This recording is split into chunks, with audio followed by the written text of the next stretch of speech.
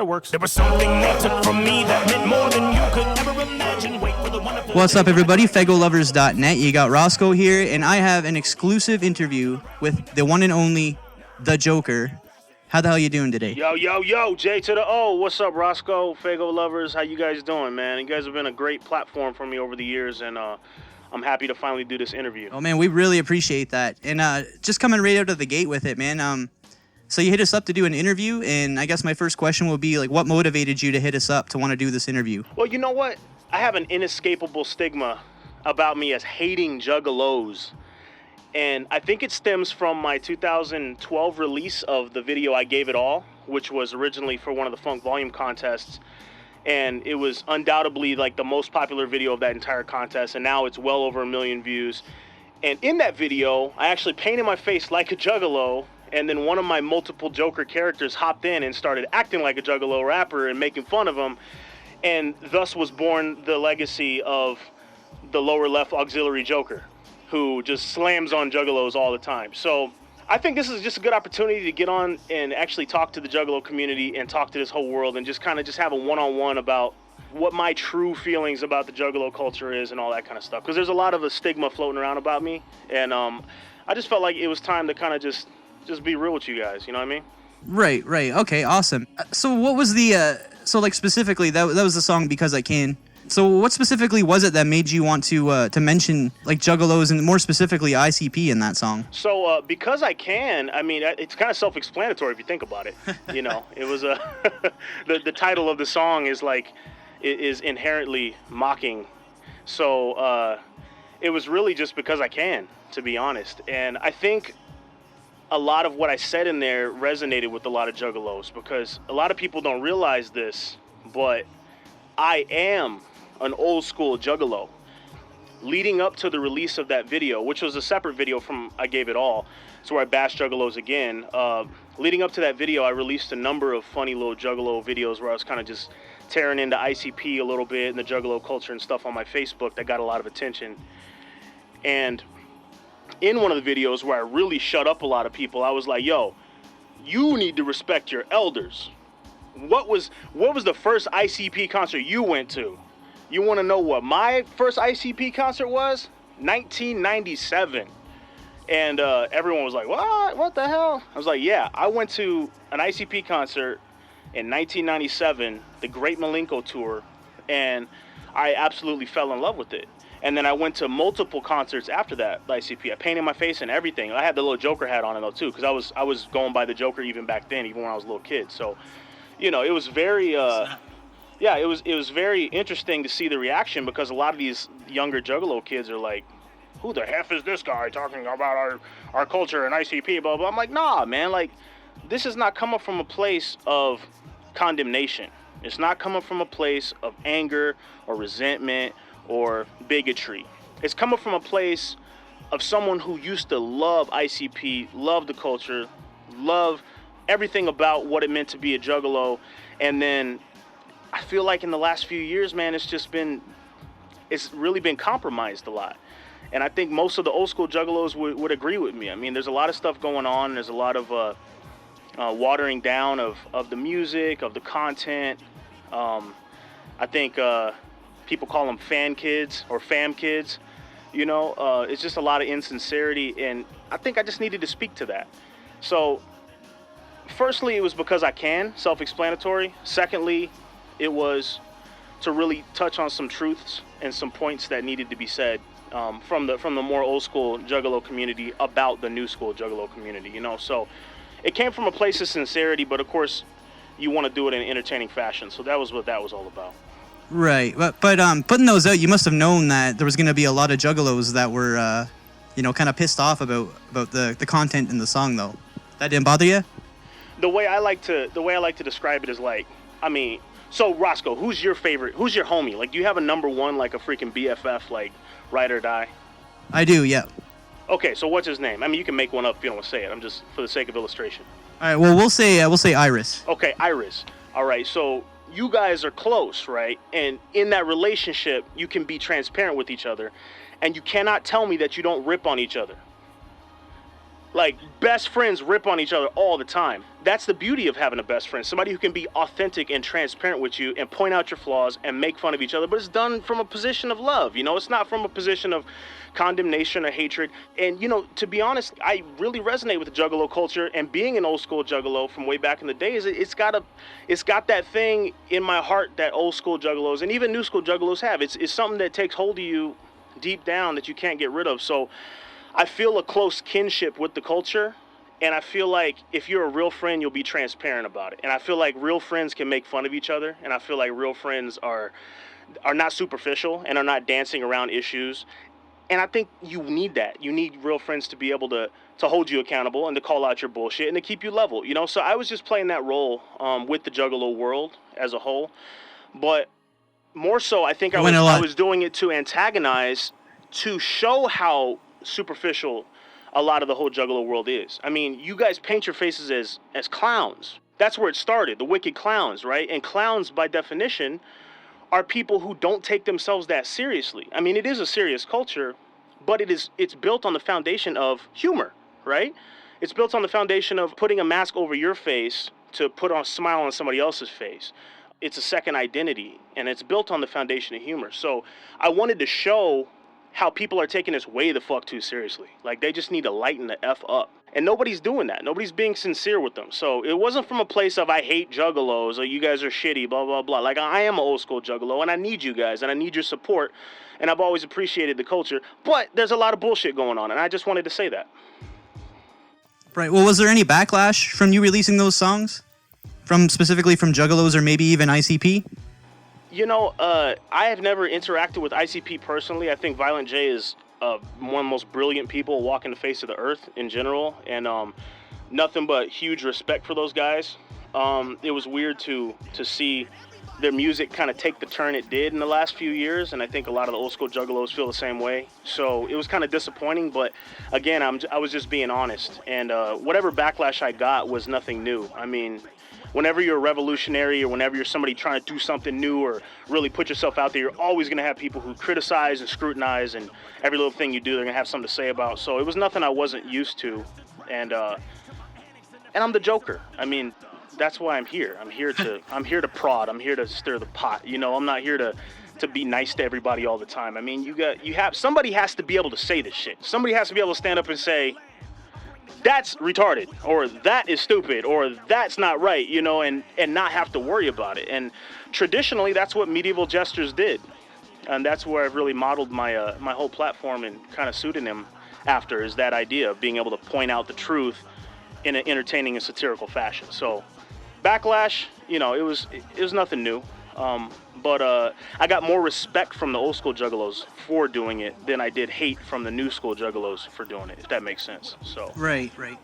Okay, so I guess that does make sense. I've actually heard people using that, like, it's the Joker, you know? Like, just listen to his name, so don't take anything he says too seriously. Isn't it so remarkable that I could be named the Joker, like a Joker, and then I make a joke about something, and then people get offended and frustrated? You know what I mean? Like, does that just, it's like a freaking 747 right over people's heads. Like, it boggles my mind that people don't understand that I'm just being who I am. Right. Yeah, that does make sense, I guess, homie. So that's where that name came from then? You said you've had that name since you were a little kid, the Joker. The very first time I ever took that name was this little phone chat service called The Loop. This was way back before Facebook or MySpace or really the internet. I think I was like 12 or 13. I can remember I was in 7th or 8th grade or something like that. And you needed to have a little nickname because they didn't want to use your real name. And you just called in, and it was like a little mini social network. And I just took on the name The Joker. And after I took on that name, I was going through a lot of shit in my personal life. I started studying what it meant to be a medieval jester. And I just so closely identified with the whole profession. It was somebody who was trusted by the people in power to point out their flaws, point out their BS, to entertain people, to be a confidant, to be intelligent but humorous. I was always the class clown. And I had a pretty rough time there a few years growing up, and that became my escape, delving myself into that world and into that moniker and into that profession. And then it wasn't until I was later on in life that I decided to really go hard with that as my identity as a musician and as an artist. So Right. That persona really fits you, though, homie. I just gotta let you know that. And actually, just I wasn't gonna ask this question, but just sticking on the name anyways. If I would have had a little bit more time to research, but speaking on the rap name, the Joker, I want to bring up the song. Oh, what was it now? The Real One. Yeah. So what was that all about? Somebody tried to take your rap name? Well, this kid popped up on YouTube, dude named Jade Harris, and he went by the Joker, but he spelled it like some 12-year-old. So I've had the Joker name since, like I said, 12, 13 years old as a person, and then I got the actual website in 2003, and I own the trademark for the Joker too. So I'm the real one. So this guy popping on the scene, obviously he was ignorant of that. Because we didn't know each other. He didn't know me, I didn't know him. But he kind of got the drop on me on YouTube and videos and whatnot. He was much younger than me. So I needed to make a statement to be like, no, you're not the Joker. I'm the real one. And in that process, I decided to make it obviously entertaining, tell a powerful truth with an entertaining story and a video, and stir up a lot of shit in the process. Right. Well, that song was dope, man. So you did a great job on that. So just kind of like back on the Juggalo topic. So you're currently working with an artist, G-Mo Skee, who's signed to a Juggalo label. So how's that going right now? G-Mo is my dude. I'm so happy for him, and I respect Twiztid like 10 times more. I've always respected them. I mean, Most Tasteless was my shit, but I respect them even more because they're literally doing their own thing. They're like, we're gonna put talented people out there and give them a platform, and we're all gonna eat from it. And I think that's beautiful. And I mean, I've had a lot of experience with labels and other people kind of holding me down because of my talent, because I'm unique, because I'm different. I don't know if it's because people are insecure or because they're, they don't want to get outshined or whatever. But I'm of the thought that talent should celebrate talent. And if you're trying to hold somebody else down, that speaks volumes about your own insecurity. Does that make sense? So when I saw Twiztid recognize G-Mo's talent and then be like, let's put him on, let's give him a chance, I was like, huge applaud. Like I was just like standing up by myself in a room, clapping majestically, looking up at the sky with tears in my eyes. Like I was like, yes, finally, because I want to see good people win. G-Mo knows what it's about. He knows what this industry is about, man. This shit is cutthroat, man. Like you scratch the surface of this motherfucker just a little bit, and you about to get bit in the neck by a viper instantly, So he knows what it's all about. We know a lot of the same people. I've always kind of been the big bro to him, reaching out to him and being like, yo, dropping some game on him here and there, giving him encouragement and shit. And he's a hustler and he's a grinder and he does his own videos and he makes his own songs and he's constantly putting out content, staying engaged with his fans. So to see them recognize that, man, I was like, amen. So what happened was G-Mo actually came through. I live in Los Angeles now. G-Mo actually came through just to say what up. And he told me, he wasn't really feeling the mixing that was done on his album. And I heard it and I'm like, I'm the only person who could really do something about this. So I told him, yo, let me mix it. I'll mix it for you. And, the next 7 days I mixed 20 songs and it came out freaking phenomenal. It was a headache and a half, obviously, because generally you only have a few hours of creative energy on shit per day, but I was in there like day in and day out trying to get that stuff done to meet the deadline, and it came out so dope. G-Mo was happy with it. He showed George and Twiztid. They loved it, and I think that really opened up a door for us to start working together again, and I hope that we can work together. I'd love to do a song with Twiztid or build with them. But it just was an opportunity that kind of fell in my lap, and I felt like I needed to jump on it. I wanted to show G-Mo love. I wanted to show Twiztid love. Wanted to show that I'm not some like egotistical megalomaniac asshole sitting back here just like twiddling my thumbs and hating on people, because that's how I get characterized a lot. And I think a lot of the people who listen to this album deserve to hear it in its maximal clean form. You know what I mean? Like, there's so much shitty sounding music out there. I was like, man, G-Mo is super talented. Like, this guy, he raps like some really ignorant shit, but if you like look at what he's saying and what he's doing, he is brilliant. Like, this guy is very, very intelligent. He gives me the same kind of feeling as when I first heard the old school Eminem, you know, where you just never know what he's gonna rhyme with the end of the line, and when he says it, it's just like, oh. I mean, there's so many quotables, and you have to have every element of the art needs to be at the same level. So you don't want this elite lyricist, these fat ass beats, and bad mixing.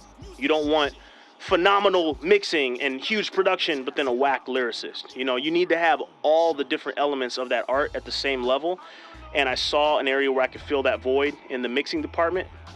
Their engineer was good, but I've just been doing it for just forever, and I definitely felt like I could add to the situation. So I jumped in and I did it, and everybody's happy, man. It came out phenomenal. And the funny thing is that when I mix albums, you know, you're listening to the same song like 5 million times in a row trying to get it perfect. I usually, when I'm done, when I turn in the final project, I'm like, I don't want to hear this shit, get it away. And I leave it alone for like 2 weeks. But with his album, literally the next day after I had turned it in, like I put it in my truck and I bumped the shit out of it, and I rode to that mug and I jogged to that mug, and I'm like, that's my new shit right now. The G-Mo album is my new shit, like legitly. And I don't like rap, so that says a lot. So I really hope everybody goes out there and gets that and supports them, supports Magic Ninja, because them dudes is killing it. Madrox, George, Monoxide, man, those guys are just really murdering it right now, and I think they're going to be a big force to reckon with as an underground label or as an independent label. They're going to be a powerhouse. Dope, man. And you said that you hope to maybe get like a collab with Twiztid or something in the future. Is there any plans to work with Magic Ninja Entertainment in the future, aside from just mixing the G-Mo album right now? I would do it in a heartbeat. All they got to do is give me an open 16, I'd be on that mug. So the ball's really in their court with that regard. I know in the past they were kind of understandably a little bit hesitant to work with me, and that's no slam to them whatsoever, because at the time I was wilding and definitely did a lot to push people away. But hopefully a lot of that's dead and gone, and we can move on and build together, because they're super talented. I look up to them guys, and very sophisticated label and visionaries and grinders, and I would do it in a heartbeat, man. So if Twiztid hears this interview, yo, you know what I mean? I'm here, J to the O. Let's do this, brother. All right, man. So now I got to bring this up too. Strange Music. You recently had a meeting with their CEO. Am I correct on that? Yeah. A close friend of mine is this rapper named Glasses Malone, and he's like a West Coast legend. He used to be signed to Cash Money, and he's like the big bro. He's a guy I really look up to, and I've been doing a lot of his album promotional material for his album out here. I've been shooting video with him and helping him with creative consultation and recording, mixing, just all around creative stuff. And he was going out to Kansas City to connect with some of his homies out there, and I asked if I could roll along, and I kind of filled him in on my history with Strange, and he set up the meeting. My motivation was to just really sit down with Travis and talk to him about where I was when the whole Strange BS happened and where I am now, and let him know that it's no hard feelings. And I've grown up a lot. I mean, I was 24 when that happened. I'm 31 now, so it's like, there's a lot of growth that happens in those years, and I just wanted to have a man-to-man with him. So Glasses made the introduction. I got to go see Strangeland, took a tour of the whole facility, man. That gave me a whole new appreciation for Strange Music, man. Those people are so sophisticated. Their operation is just unbelievable. They got 3 massive buildings and top-of-the-line studios and merch production equipment and all these buses and vans, and everything's wrapped and plaques on the walls, man. I was, looking right, man. I was just, I was flabbergasted. And I got to sit down with Travis and have about a 2-hour conversation with him. Told him where I'm at and told him where I was, and he dropped some game on me, which I'm extremely appreciative of, because I look up to him as a businessman, as an entrepreneur, as a manager, as a visionary. And he told me it took some balls to come in and do that, and he really appreciated it. So it was just nice to really put that chapter to bed, man. And that's what I'm about right now. Like, I'm never going to not be honest, but what I learned through that process was that you can do the wrong thing for the right reasons. And just because somebody fucks you over, it doesn't give you the right to go, act out and go for the throat and make some big public display about how you got screwed and your feelings and all this other stuff, because that's not the way you handle it. You can only really fight evil with love. You can only fight darkness with light. You can't go that route and expect to get the kind of results that you want. You know, that was if I could change something in my career, that'd be what it was, to not be that way, not to be so angry, so aggressive, so like, oh, you hurt my feelings, so now I gotta diss you and let the whole world know that you're on some bullshit about that, because that's just not the way to be, you know? Right, man, right. Well, you're talented, motherfucker, regardless of, you know, if it's like a diss song or not, but yeah, like you're saying, man, it's, you gotta fight with the darkness with the light, yeah. That's dope.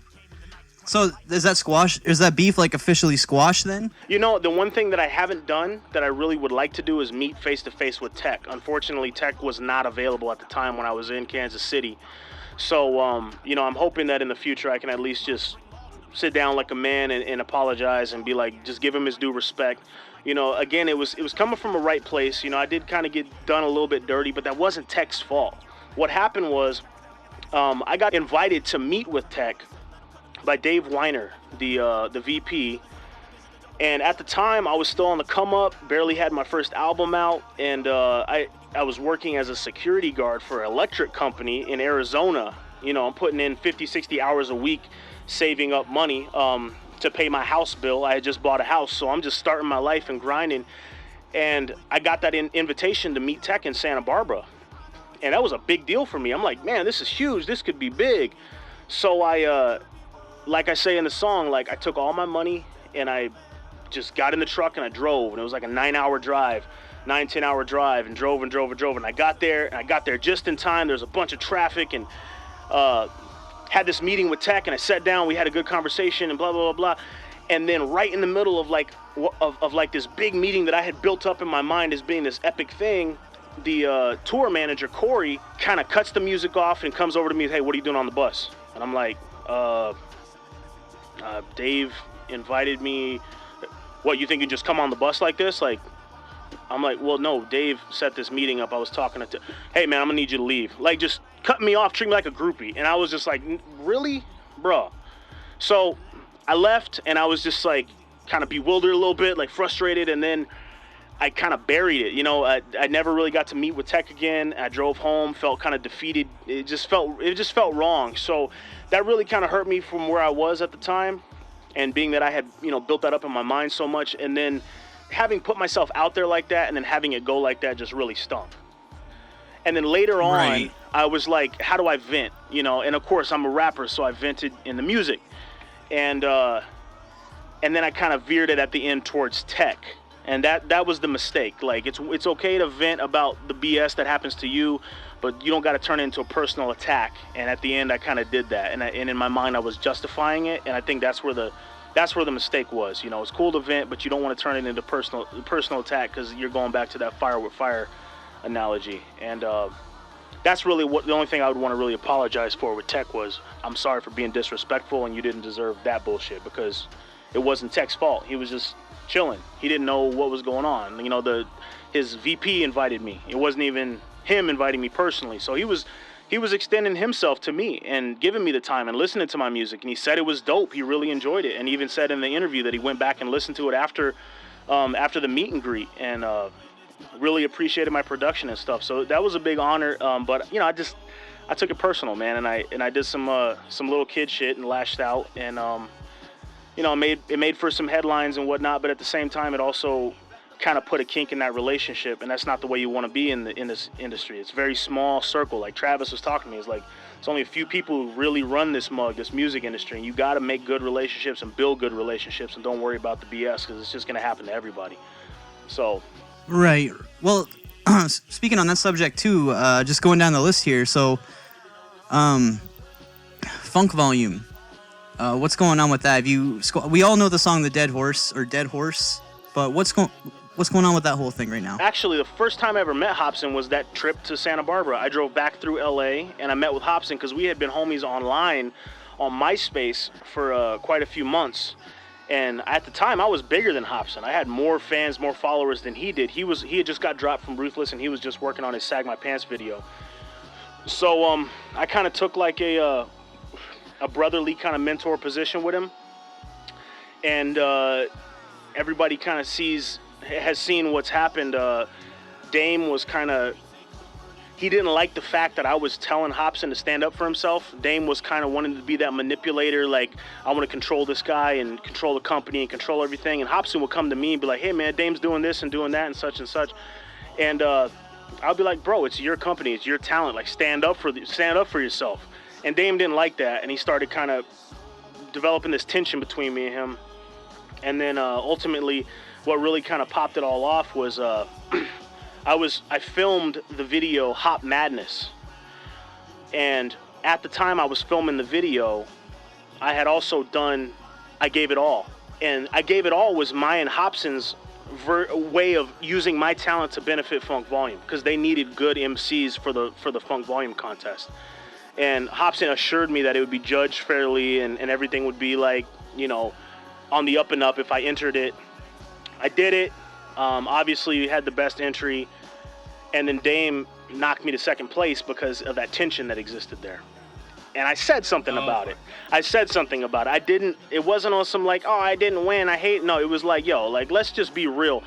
I was with Hobson while the judging was happening. Like, I was filming a music video for him while the judging was happening. Hobson had nothing to do with that final call and who made that.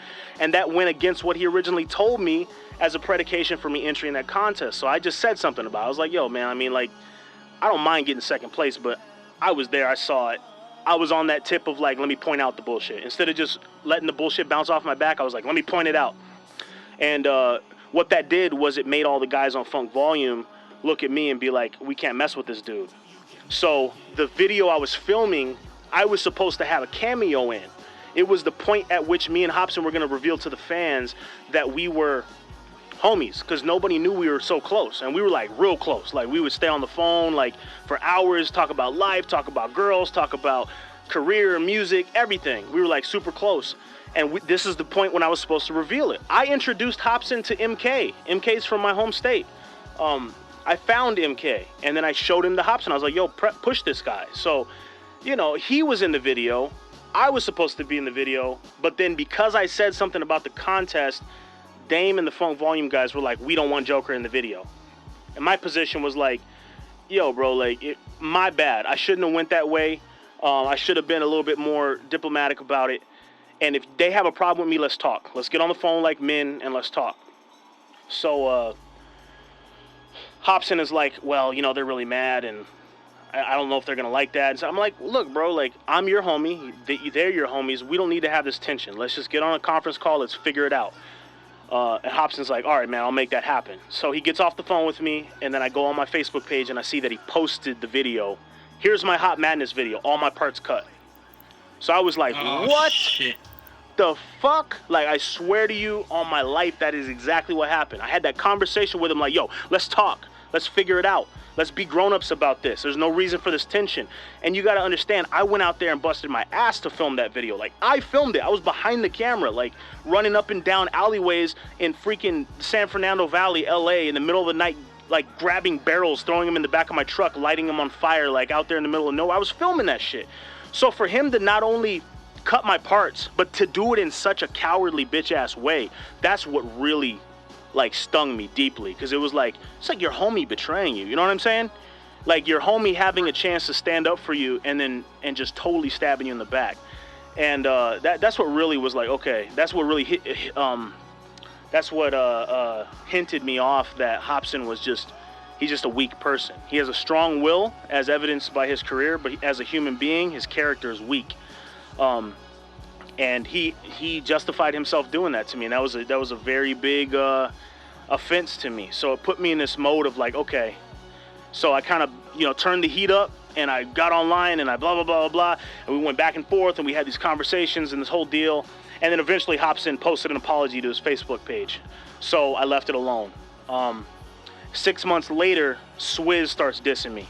6 months later, Dame goes to a YouTube partnership company I was about to sign a deal with, and he goes and he gets in contact with the person who was about to sign me on and says, hey, don't sign this guy. So he's blackballing me behind the scenes. Swizz is dissing me, and I'm like going into survival mode. So I'm like, okay, if you guys are gonna do this, you're pushing me into a corner, I have to lash back at you, like, because I'm like a truth fighter, you know, even to my detriment. Like, I just can't stand bullshit. So to not only have done everything I could to squash the beef, but then 6 months afterward, still be having this dude Dame trying to blackball me behind the scenes, have Swizz dissing me.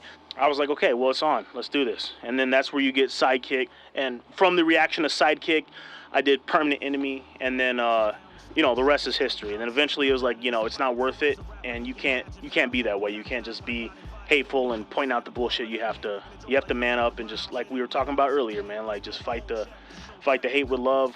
And I came to that realization, and that's why I made Dead Horse. And now we're just, we're kind of doing our own thing. No hate towards Hopsin, no hate towards Funk Volume. It was good to see that the things that I said about Dame kind of came to fruition earlier this year.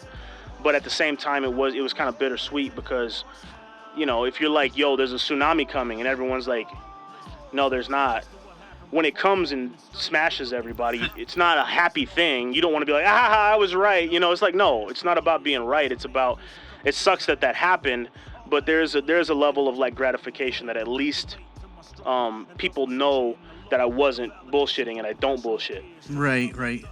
Okay, dope. So it's not really, there's no beef squash or anything, but it's kind of all just water under the bridge now is what you're saying. But Strange Music's not even... I have a song with Swizz now. I'm on a song with, I think I'm on a song with Dizzy Wright. Not sure. It's with this label who's arranging it. But me and Hopsin have talked, and we're cool. He's doing his thing. I'm doing my thing. So as far as I'm concerned, I wish everybody the best. Even Dame, like I look up to him as a businessman, and I appreciate his hustle and his grind. So even Dame, I'm like, yo, go get it. I hate to see Hopsin bashing on him like that, but it is what it is. That's their business. Is there anything else that you want to let the Juggalos know, or is there anything else that you want to say before we knock off here? The one thing I would want to say to the Juggalos specifically is that lighten up. You gotta don't take yourselves too seriously in this life. I know you're about the fam, and I know you're about the identity and all that kind of stuff, but at the end of the day, we're all human beings. When you take the makeup off, we take the skin color away, and all these things that divide us, we're all human beings. We all have the same struggles, the insecurities. We all are in this world that have to deal with pain and bullshit, and you never know what somebody's going through, so don't take yourself too seriously. And secondly, I need you guys. Like, I need the support of the Juggalos. I am an old school Juggalo. There's no hate for me towards Juggalos. The one thing that I bashed on was the Juggalo rappers who can't do their own thing. When you are such an ICP clone that I can't tell the difference between your song and an ICP song, there's a problem there. You are not being original. You're not being authentic, and you're not being yourself. You are just taking what has already been done and redoing it and doing it in a shittier version. So when I bashed on Juggalo rappers, that's what I was talking about, not Juggalos. That's the distinction that needs to be made, and I want everybody to understand that. All right, dope. All right, well, thank you so much, Jokerr. I want to thank you for coming on and talking to us here at Faygoluvers.net. And we'll be in touch for that podcast. Absolutely, cool. Man. Thank you for having me, brother. I really appreciate it, man. And let me just give a whoop whoop out to everybody who is listening to this interview. I appreciate it. Let me say one last thing, man. Part of the reason why I'm doing this is because my new project is called The Bell of Reflection. And it's about looking at yourself in the mirror and really taking an assessment of who you are. And that's where I'm at in my life right now. So I'm trying to just be more transparent, more authentic, and be honest with everybody. So I would love for you guys to come on that journey with me when it comes out. It should be within the next 6 months. That's the future release? Yes, The Bell of Reflection. It's the first of a trilogy of the Joker's Legacy, my brainchild project. It'll be 10 music videos, at least 13 songs, and I'm actually adding another character to the Joker's Legacy storyline, which is crazy because I haven't done that in like years. So can you give us any information or maybe even a name of that character? Well, I'm on the fence a little bit because on one hand I want to keep it a surprise, but on the other hand I want to kind of like build the hype a little bit. So well, I can tell you he's like a well-known warrior type figure, and his name is John C.